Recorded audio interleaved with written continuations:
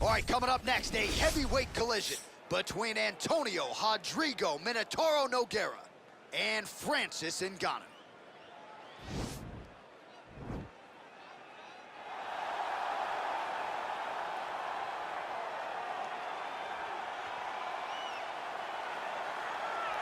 Well, DC, you may want to retire before this guy becomes the #1 heavyweight contender. Francis Ngannou, the power threat, born in Cameroon, raised in France, and has carved out quite a nice niche here thus far in the UFC. Yes, he has. He's a very scary fighter. The knockout reel of Francis Ngannou is crazy, and the names now are starting to pile up. When you can knock out Alistair Overeem, Curtis Blades, and Cain Velasquez, people will take notice. It's just this confidence and this calmness about Francis that makes him even scarier than all of his physical attributes, is his ability to really stand in there and know that it only takes one shot and he could be wearing the UFC championship. And UFC 218 was so good that that knockout of Alistair Overeem did not even earn Francis Ngannou a bonus. Wow, that's insane. That's not true. Don't shoot the messenger. I will shoot the messenger. Don't shoot Ngannou. He'll come right through it. Well, this young man is a really accomplished submission specialist, and sometimes fighters get offended when you call them a specialist, but most people know what he's trying to do in there, and to this point, no one's really been able to stop him. John, he will try to pull guard. Who pulls guard anymore in the UFC at this point? But he understands that for him to be successful, the fight has to be in the grappling, in the jiu-jitsu. If he's able to extend these jiu-jitsu exchanges, he is the guy that is generally going to win. He understands position. He understands going from point A to point B. He always is the one controlling the underhook. Always has the frame. Just a knowledge of jiu-jitsu that not many people can match. And you can be sure as he makes this walk tonight, he's thinking about just how quickly he can get this fight to the ground and utilize those aforementioned high-level submission skills. Our tale of the tape for this heavyweight fight. More than a decade separates these two fighters when it comes to the age, with similar height and some differences in reach. All right, now for the introductions, we go to Bruce Buffer. Ladies and gentlemen, this fight is 3 rounds in the UFC heavyweight division. Introducing first, fighting out of the blue corner. This man is a boxer, holding a professional record of 17 wins, 3 losses. He stands 6 feet 4 inches tall, weighing in at 250 pounds. Fighting out of Paris, France, Francis the Predator Ngannou.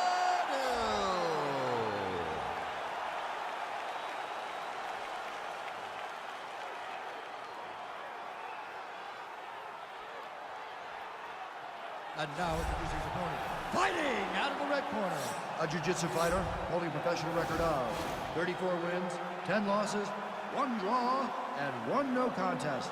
He stands 6 feet 3 inches tall, weighing in at 240 pounds. Fighting out of Rio de Janeiro, Brazil, Antonio Rodrigo Minotauro Nogueira. And when the action begins, our referee in charge of the octagon is Dan Mergliata. Dan Mergliata, your referee. You ready?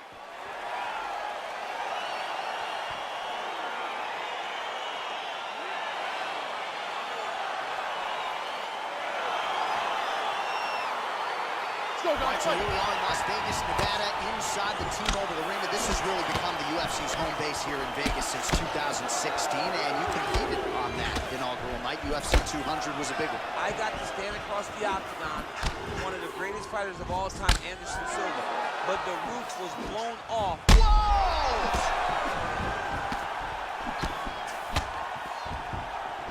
All right, early round 1 here, big reach advantage, DC. We'll see if he can employ that patented jab.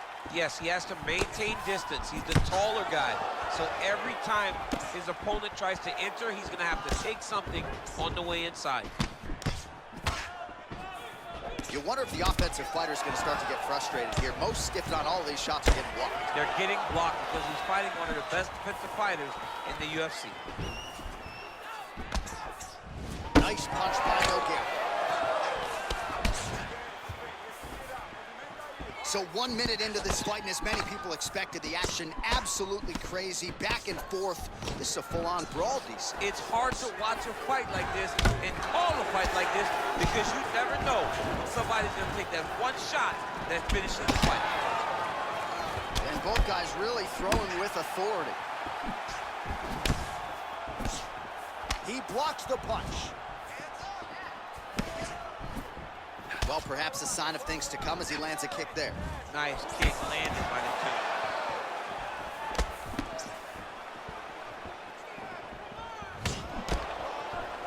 two. Straight punch lands. Oh, how about the right hand from Francis Ngannou? It's hard to watch. I can't imagine it feels awful. You watch Francis put out an entire generation of heavyweight that came before him. Put out Overeem, put out Velasquez, put out Dos Santos, and he did it all with that beautiful right hand. It is one of the deadliest weapons in all of its martial arts. Yeah, left hook found its target. All right, so a nice job there defensively to raise the guard and prevent any damage. Those hands never leave where they're supposed to be, and if you do that, most times you will block a shot that's incoming. Oh, nice punch there by Nogueira. Huge strike lands there. Somehow his opponent stayed up with him. I mean, he's still on his feet, but he's not up by much. Now he's on top of him looking for the finish.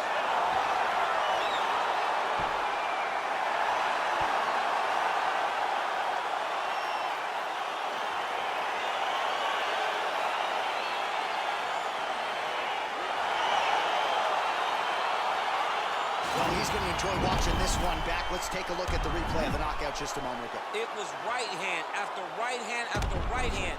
Finally, he found the one that hit the exact sweet spot that ended his opponent's night.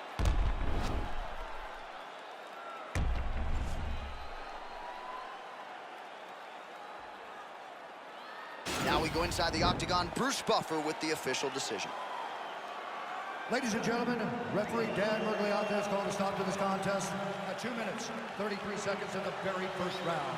Declaring the winner by knockout, Antonio Minotauro Nogueira. Well, there will be no shutting that smile